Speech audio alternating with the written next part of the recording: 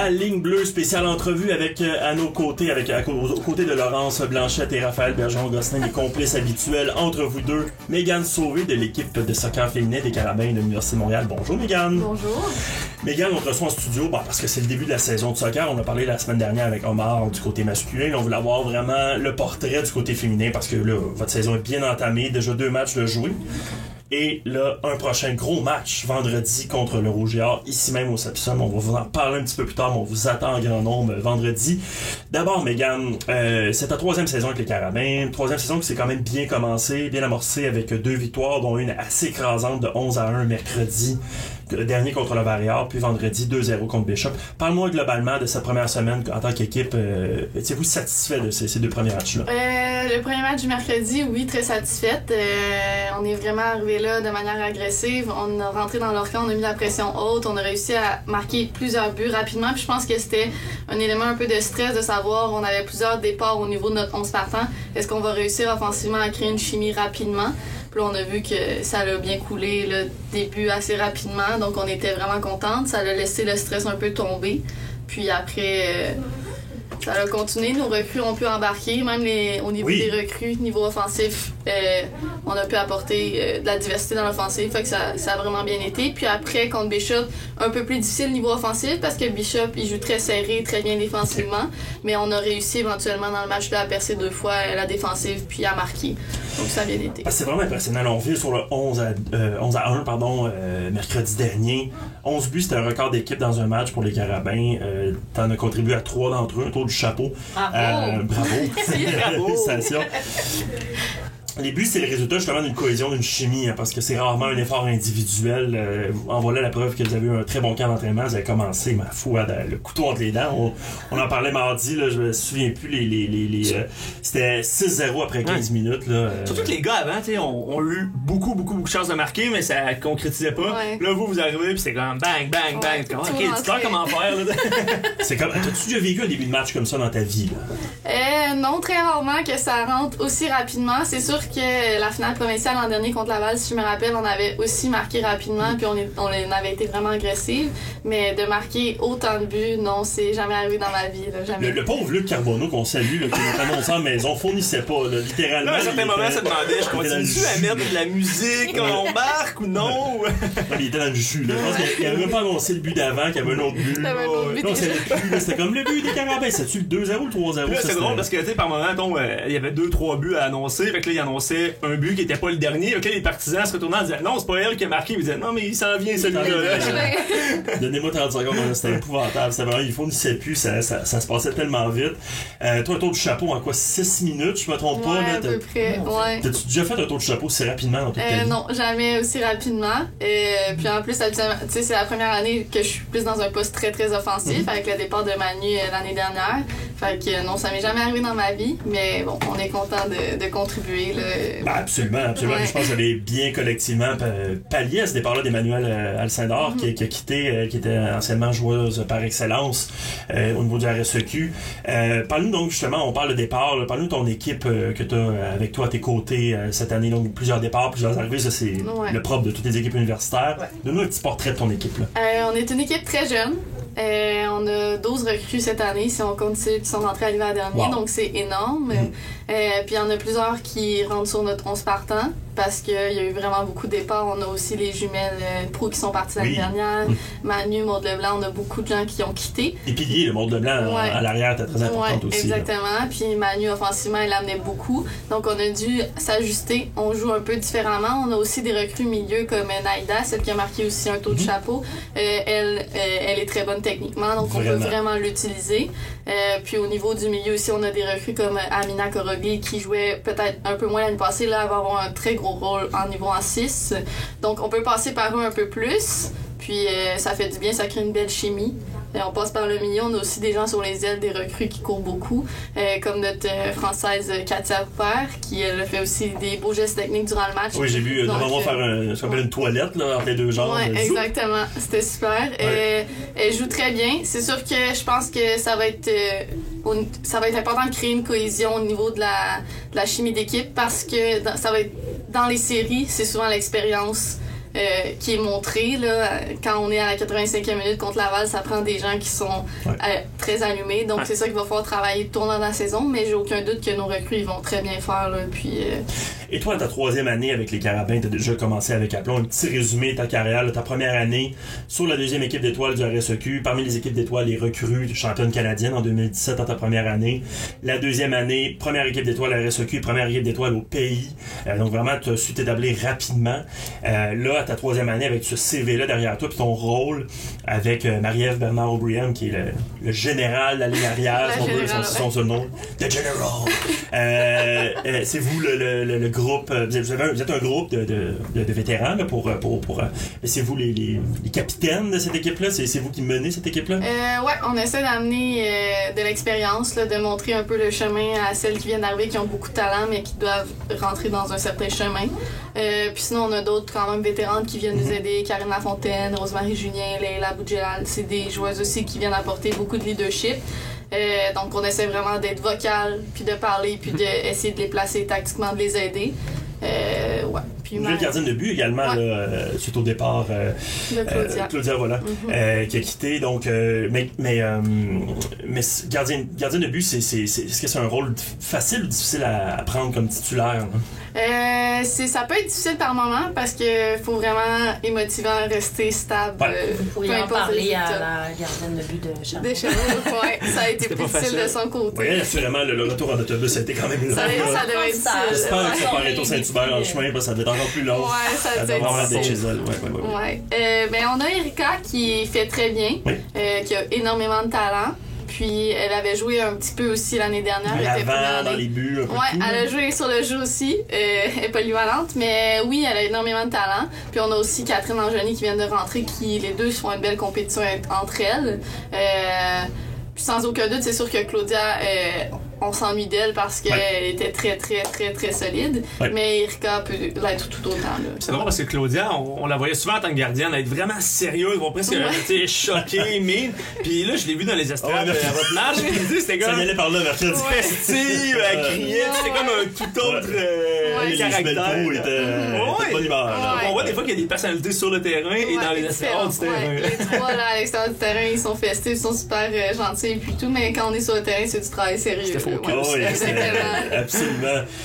Puis je pense que c'est important, tu touches un point par rapport à faire jouer les recrues. C'est ce qui est intéressant au niveau universitaire, c'est que le nombre de changements n'est pas limité, n'est-ce pas? Donc tu peux vraiment avoir une chance, comme dans le cas de mercredi, presque tout le monde a vu du jeu, exactement. Là. Ça, c'est très intéressant. On a vu cette saison. Toi, avant de commencer cette saison-là, il y avait un camp d'entraînement, c'est sûr, mais tu as aussi une expérience très particulière, justement avec Marie-Ève à Naples, en Italie, où vous avez participé aux Universiades cet été. Donc les Jeux olympiques des universités, les championnats du monde des universités, peu importe comment on les appelle. C'est une expérience unique. Parle-nous de ton voyage à Naples. C'était assez incroyable à vivre. Le niveau de jeu là-bas est extrêmement élevé. Comment vous êtes sélectionné d'abord? En fait, quand tu fais partie des équipes au niveau U-Sports... des équipes d'étoiles? Des équipes d'étoiles, ouais. T'es automatiquement invité au camp d'entraînement. Okay. Plus d'autres gens qui sont peut-être moins vus, qui n'ont pas été sur les équipes d'étoiles, mais qui ont la chance aussi de se prouver. T'as un premier camp d'entraînement de quelques jours, puis ensuite, il y en a un deuxième de une semaine complète. Puis ensuite, il fait sa sélection là, à partir de... Et là, vous avez été appris, vous étiez sélectionnés toutes les deux. Ouais, on a été sélectionnés toutes les deux. On était contentes aussi d'être les deux ensemble dans cette expérience-là, parce que c'est souvent un milieu anglophone, les coachs parlent anglais, donc c'est fun d'avoir quelqu'un que tu connais bien là-bas. Puis en plus, toi, si je me trompe pas, tu t'étais blessé pendant ce processus de sélection-là, donc ça a pas été déjà que c'est pas facile, ça l'était encore moins pour toi. Là. Non, c'est sûr, je me suis fracturé la mâchoire, donc je me suis opérée. J'étais en pré-saison parce que dans le fond, on joue en club aussi l'été. Okay. J'étais en pré-saison avec mon club, je me suis fait frapper. Puis là, je me suis fracturé la mâchoire, une opération, puis tout ça. Donc, c'est sûr que moi, j'ai pu juste faire le premier camp de 3 jours. Puis le camp de 1 semaine, j'ai accompagné l'équipe, mais je pouvais pas encore jouer. Donc, c'est sûr que c'était plus stressant parce que j'avais moins de temps pour me prouver. Mais finalement, le coach m'avait bien aimé au premier camp, donc il a décidé que je faisais quand même partie de l'aventure. C'est vraiment génial. Puis donc, à Naples, en partant, il y a pire comme paysage au monde, que l'Italie, comme ça en été. On voyait les photos, on était tous très, très jaloux. de vous qui étiez là-bas. D'une part, oui, bon, l'ambiance, mais là, on parle souvent de la plus grande compétition universitaire sur la planète et comparable aux Jeux Olympiques en termes de taille. Parle-nous de ça, là, ça devait être incroyable, la cérémonie d'ouverture et tout. Là. La cérémonie d'ouverture, c'était assez incroyable. Le stade Sao Paulo était complètement rempli. C'était super, on rencontrait des gens de d'autres pays, donc ça a été super d'échanger aussi à ce niveau-là. Puis c'était très très impressionnant. Il y avait un des campus des résidences que c'était sur un bateau. C'était les sports individuels. Ouais, il était sur un bateau, donc c'était super impressionnant à voir aussi. Nous, on était plus dans une résidence universitaire plus haut dans l'Italie. Puis il y en avait une troisième qui était sur le bord de la mer, donc c'était c'était super. Relax. Ouais. C'était vraiment super. Pas vilain, c'est quand même mieux qu'à certains endroits. Ouais. Donc, puis au niveau de vos performances, c'était individuel et collective, c'était quoi ton appréciation de cette expérience-là? J'ai eu un bon rôle à jouer avec Marie-Ève. Les deux, on s'est taillé une place sur le partant pour débuter la compétition. Donc ça, c'était super de les deux pouvoir faire ça. Puis là, c'est sûr qu'on a commencé le tournoi contre la Corée du Nord. La Corée du Nord, excuse-moi, oui. Ouais, c'était un adversaire de taille, ceux qui ont gagné le tournoi. Donc c'est sûr que ça a été hyper difficile ce match-là. Mais ensuite, on a pris l'Afrique du Sud, qu'on a gagné 1-0. Ouais. Donc là, on a pu faire notre place dans les quarts de finale. Malheureusement, ça a moins bien été contre le Japon. Mais après, là, tous les adversaires qu'on a affrontés étaient excellentes. Puis c'était vraiment le fun aussi d'arriver à un niveau comme ça. Je pense que c'est ça que t'en retiens le plus finalement, au-delà des médailles potentielles et tout. C'est ce niveau de jeu-là qu'on peut pas vivre nécessairement très souvent, là, à part si tu fais partie de l'équipe nationale. Là, c'est quand même assez rare. Puis est-ce que tu as appris des choses tactiquement de soccer, là, à voir d'autres pays jouer? Oui, c'est sûr que les Asiatiques jouent d'une certaine façon qui est assez impressionnante. La cohésion d'équipe, elle est incroyable, donc c'était vraiment le fun. Puis aussi, nos coachs, ils venaient de milieux différents, donc ils pouvaient nous donner des conseils différents chacun. Puis c'est des conseils aussi que je peux ramener ici puis appliquer dans mon jeu, là, donc c'est super. Ouais. Est-ce que t'es resté? Est-ce que t'as fait ton voyage en Italie ou t'as juste... non, moi je suis revenue. Je devais travailler, donc je me préparais à l'école et tout ça. Oui, il y en a de mon équipe qui sont restés. Il y en a qui ont continué aussi à visiter l'Europe après. Je sais qu'il y a aussi Maud Babin de volleyball, elle est restée aussi en Italie un petit peu. Donc, il y en a qui en ont profité un petit peu, mais moi, je devais revenir. C'est le fun, il y avait quand même quelques carabins. T'as-tu passé du temps autre que Marie-Ève avec d'autres carabins? On les a vus pour certaines occasions, mais on se voyait moins parce qu'on compétitionnait pas au même endroit, puis on vivait pas au même endroit non plus, mais on s'est vus dans la cérémonie d'ouverture pour le Canada, ça, on s'est vus, puis on a pu discuter, là, c'était le fun. Ouais. Cool! Fait donc une superbe expérience. Est-ce que c'est ta plus grosse expérience comme autre qu'universitaire, là, de sélection internationale et tout? Sélection nationale, excuse-moi. Ouais, définitivement ma plus grosse expérience que j'ai vécue dans ma vie. Ouais, c'était vraiment incroyable. Puis la préparation à la saison, l'année passée, vous avez fait un beau voyage en Islande, je ne m'abuse, pour faire un camp d'entraînement un peu spécial suite à votre championnat. Là, cette année, ça ressemblait à quoi votre préparation pour la saison? C'était difficile. Cette année, on savait qu'on avait peut-être une équipe un peu moins du talent brut comme on avait avec Manu, avec Maud Devant. Donc, on savait que si on allait gagner cette année, il allait avoir aussi une grosse partie que ça allait être notre travail. Ouais. Donc, c'est sûr que les coachs ils ont mis l'emphase beaucoup sur être en forme au camp. Donc, on a eu des tests physiques qui étaient difficiles, toutes les pratiques étaient très difficiles physiquement. Mais en ce moment, on est prête, on est vraiment, vraiment en forme. Je pense qu'on est plus en forme que ce qu'on était l'année dernière, donc ça, c'est encourageant.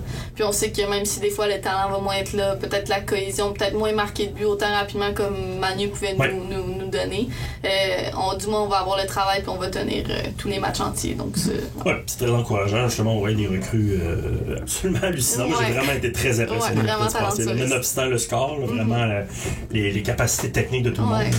Vraiment intéressant. Maintenant, on se penche un peu vers toi, là, Mégane Sauvé. Parle-nous un peu de ton ascension dans le soccer féminin et tout. Comment tu as commencé à jouer au soccer, puis ton parcours un peu, parce qu'on aimerait ça apprendre à te connaître. Moi, je viens de Saint-Hyacinthe. Mes parents, c'est le Saint-Hyacinthe. Est-ce que tu allais à l'Expo agricole l'été? Puis je suis allé cette année pour la première fois de ma vie. Oui, j'allais l'été. Pas le choix, là, si tu viens de là. Ah, c'est génial. Mais là, vous allez devenir vétérinaire? Il y a un pavillon, l'Université de Montréal, là-bas. Je ne vais pas devenir vétérinaire, non. Donc oui, de Saint-Hyacinthe, c'est là que... Saint-Hyacinthe, c'est là que j'ai débuté. Ensuite, je suis allée au Cégep Garneau à Québec. Oui. Dans le fond, je voulais jouer dans un Division 1 à Saint-Hyacinthe, c'est un Division 2. Donc, j'avais le choix de venir à Montréal ou aller à Québec. C'est sûr que quand j'ai visité Garneau et tout ça, je suis tombée en amour. Là, c'est vraiment une institution incroyable. Donc, je suis allée là pour 2 ans. Puis on a eu du succès, 2 fois championne canadienne. Donc pas pire. Ouais, c'est super. C'est pas mal. Ouais. Puis de cette façon-là, j'ai pu me faire voir par Kevin, qui est l'entraîneur ici. Puis là, il m'a invité, puis j'ai trouvé l'équipe aussi super agréable. C'était vraiment, vraiment le fun. Puis Kevin, c'est quelqu'un aussi qui est vraiment... peu importe ton année, c'est pas parce que t'es quelqu'un de plus expérimenté, il va vraiment mettre sur le terrain les personnes qui pensent qu'ils peuvent lui apporter le plus. Puis il m'a aussi permis, moi, je suis quelqu'un qui veut être créative offensivement, donc il m'a vraiment donné toute ma liberté à ce niveau-là, aussitôt que je suis rentrée. Donc ça, Stéphane, il m'a vraiment fait confiance à 100%. Puis là, depuis ce temps-là, 3 ans avec les Carabins, ça va super bien. Tu te rends à combien d'années avec les Carabins, en fait? Normalement, je fais 5 ans parce que j'ai fait 1 an en psychologie au départ en commençant l'université. Puis maintenant, je suis en enseignement. Donc, c'est un bac de 4 ans. Donc, j'ai 5 ans. Tu peux faire jusqu'à 5 ans. Ouais, je peux faire mes 5 ans avec les Carabins. Ouais. Cool. Ouais, parce que c'est vrai que c'est un bac assez long, l'enseignement. Ouais, en 4 ans, exactement. Puis donc, bon, ouvrons la porte de l'éducation. Comme t'es passé de psychologie à enseignement, c'est parce que t'avais finalement l'appel de l'enseignement? Ouais, la psychologie, des fois, je trouve ça un peu plus théorique. Puis tout ça. Donc, moi, je suis quelqu'un qui est vraiment dynamique. J'ai besoin que ça bouge un petit peu plus. Puis l'enseignement, c'était mon deuxième choix en entrant à l'université, donc je me suis tournée vers ça. T'as-tu une catégorie d'âge à laquelle tu voudrais enseigner plus tard? J'aimerais bien enseigner secondaire les plus vieux, donc secondaire 4, secondaire 5, c'est pas mal la tranche d'âge que j'aimerais s'enseigner. Ouais. C'est toi qui auras la tâche de faire lire des livres à tous ces jeunes. Exactement. Les profs de français secondaire qui trouvaient des façons créatives d'essayer de nous faire lire Maria Chapdelaine de façon... Vendre ses livres. Il fallait vendre des livres. C'est quoi déjà le survenant, là? Les classiques. Nous, on lisait pas ça. On lisait genre Patrick Sénécal, puis Alice, puis... OK, est-ce que tu parles encore de mon âge, publiquement, c'est ça? Non, mais c'était plus... c'est relevé. Mais moi, il y avait le bout... Non, c'est tout, c'est Cégep le terroir sur le secondaire. Je me souviens plus. Mais en tout cas, il y a le bout de terroir, là, c'est un petit peu plus difficile, mais ça reste que c'est un... C'est la minute culture, ça, là. Mais ça, voilà, je peux vous en parler un petit peu plus tard. Non, mais donc, c'est quand même un métier très noble que celui-ci, donc que tu veux poursuivre plus tard au niveau secondaire. C'est tout à ton honneur. Puis tu vas retourner dans ton coin à Saint-Hyacinthe? Non, je pense rester dans les environs de Montréal. Saint-Hyacinthe, je trouve ça... j'adore aller là, visiter mes parents, mais sinon, j'aime habiter ici. Génial. Ben écoute, c'était très, très intéressant d'apprendre à te connaître. Et puis, je pense que c'est bien d'avoir donné un portrait là, pour tous ceux à la maison donc, qui auraient envie de venir voir un match de soccer féminin, d'avoir un petit portrait d'ensemble de la Ligue cette année. Donc, Montréal très fort. Laval aussi, qui est le Rouge et Or, qui est en visite vendredi, qui est très fort aussi. Ça va être un gros match vendredi, donc. Ouais, ça va être un gros match. Eux aussi ont réussi à aller chercher un bon lot de recrues. Même eux avaient beaucoup de départs aussi. Ils ont réussi à aller chercher un bon lot de recrues. Ils ont aussi changé d'entraîneur avec le décès d'Elda. Il y a un nouvel entraîneur. Justement, c'est mon entraîneur que j'avais lorsque j'étais à Garneau. Ouais. Puis, j'ai aucun doute qu'il y en ait beaucoup d'éléments tactiques là, qui vont les rendre encore meilleurs. Puis tu disais que cette année, il y a comme une place pour une équipe du Québec au championnat canadien. Donc, tu sais, ça arrive certaines années qu'il y a 2 places, mais là, cette année, c'est une. Donc, c'est l'équipe qui remporte le SEQ qui s'en va au championnat canadien. C'est pas pour la finale, il faut la gagner aussi. Il faut la gagner, exactement. Ouais, les autres années, il y avait toujours la première de la saison régulière. Là, c'est juste le provincial qui compte. Mais pourquoi 2 places l'année passée, 1 place cette année? Qu'est-ce qui fait que ça dépend des résultats. Ouais, c'est les résultats, dans le fond, étant donné qu'il y a personne qui a fini dans le haut du classement au national l'année dernière. Nous, Laval, on a fini tout en bas de 5. Donc, ils ont donné une place de plus à une autre province qui, elle a bien fait, comme les GD ont gagné. Donc, maintenant, c'est une 3e place pour l'Ontario. Donc voilà, il faut remporter la bannière provinciale. Donc, chose à la fois se qualifier pour les séries, après ça, se rendre en finale. Mais donc, parlons-en de ces étapes-là. Donc, vendredi, Laval ici. La semaine prochaine, le jeudi, ça va être contre l'UQAM. Ça, c'est une autre grosse équipe. Là. Ouais, l'UQAM qui ont aussi été chercher des très bonnes joueurs. Ils ont fait un bon recrutement. Puis à chaque année, ils s'améliorent quand même au niveau tactique. Donc là, il faut s'attendre à... Puis à chaque année aussi, il y a quand même une rivalité entre nos 2 équipes. Là. Les deux, on aime bien ça, battre l'une et l'autre. Donc il va y avoir une bonne rivalité aussi à ce niveau-là. Puis il y a aussi McGill qui, à chaque année, nous cause quand même quelques problèmes en demi-finale. On a toujours eu serré l'année passée. Toujours très serré. Donc je pense que ça va être les 4 équipes qui vont être en haut du circuit. Puis après, ça va être de gagner les matchs importants comme celui de vendredi pour se tailler une bonne place dans les séries aussi, parce qu'on n'aimerait pas, par exemple, réaffronter Laval en série, en demi-finale. C'est toujours plus difficile. Donc, c'est tailler une bonne place. Se positionner dans les 2 premières places, finalement. Se positionner dans les 2 premières, c'est l'objectif premier. Puis après, ça va être d'aller tout donner pour le provincial. Puis après, c'est avoir notre billet pour Victoria. Victoria, oui, ça c'est pas un vilain endroit aussi pour discuter un championnat canadien. C'est avoir une année pas pire en termes de paysage. Les gars, c'est pas eux qui l'ont remporté l'an passé? C'était sur le terrain de UBC. Ouais, UBC. pas loin. Ça pas très Dans loin, le effectivement. même endroit, ouais. On est chanceux Dans ce là-bas. coin-là, du pays, là, avec des rocheuses pis tout ça. Ouais. Génial, donc premier de 2 affrontements très importants contre le Rouge et Or vendredi. Cette fois-ci, c'est à domicile, donc vous pouvez y être pour venir encourager nos Carabins. Vous étiez nombreux mercredi dernier, malgré la pluie, malgré l'horaire un petit peu difficile en pleine journée. Ouais. Le vendredi soir, il n'y a pas d'excuse pour être là, très nombreux, tant chez les hommes que chez les femmes. Là, c'est les dames en premier, ce vendredi. Oui, nous, Oui, ça... à 18h, les hommes à 20h15. Les hommes à 20h, les hommes aussi, ça risque d'être un bon affrontement également. Donc, ouais. Tout un match, 2 bons matchs pour le prix d'un, donc un gros vendredi soir de soccer. On vous attend en grand nombre. Mégane Sauvé, merci beaucoup d'être passée à la ligne bleue. Merci. Et on vous souhaite bonne chance pour le reste de la saison et on va vous suivre évidemment de très près. Merci beaucoup. Et à vous à la maison, on vous dit à demain. Salut! Bye bye!